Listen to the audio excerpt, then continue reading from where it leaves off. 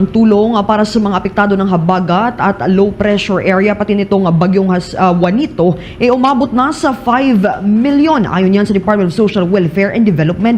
Kaugnay niya narito report ni Bombo Isa Cotonera.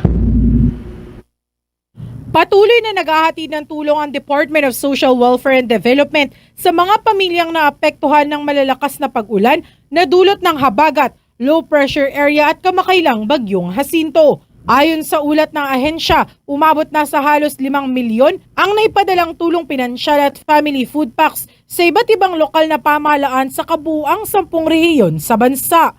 Kabilang dito ang mga lugar na matinding nasalanta ng pagbaha, landslide at pinsala sa kabahayan.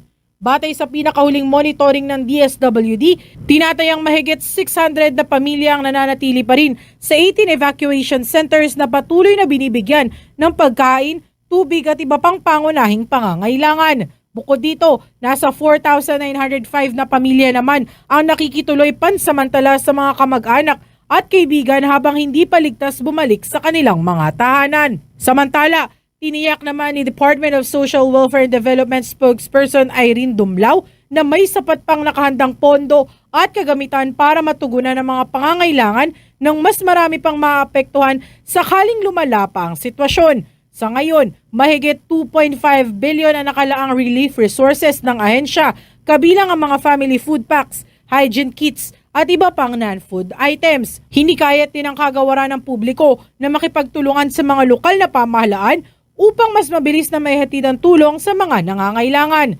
Kasabay nito, pinalalahanan ng mga residente sa mga flood-prone at landslide-prone areas na maging alerto at makinig sa mga abiso ng kanilang local government units at ng State Weather Bureau.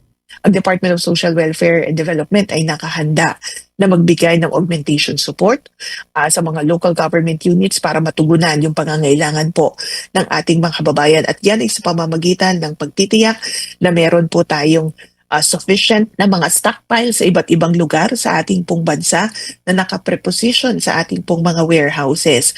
Katunayan, dahil nga po naisasagawa natin itong buong bansa handa project, ay madali tayo na makapagpadala ng tulong sa mga naapektuhan ng iba't ibang mga kalamidad. Gaya nga po dito sa nagdaang bagyong Jacinto at ng southwest monsoon, ang DSWD ay agaran pong nakapagpahatid ng mga family food packs dun sa mga lugar na naapektuhan. Ito pong mga tulong na naipaabot natin in the form of family food packs ay napunta po sa mga naapektuhan dyan po sa Calabarzon, sa Region 9, gayon din po sa national sa Negros Island region and then sa Region 12. And meron din po tayong napahatiran ng tulong dyan rin po sa BARM. Mula sa lungsod ng Quezon, ito si Bombo Isa Cotonera and this is Bombo Radio Philippines, the number one and most trusted source of news and information. Basta Radio Bombo! For the most trusted source of news and information, visit our website at www.bomboradio.com. Follow us on Bombo Radio mobile app, Facebook, YouTube, TikTok, and X, formerly Twitter. Like, share, and stay connected. Anytime, anywhere.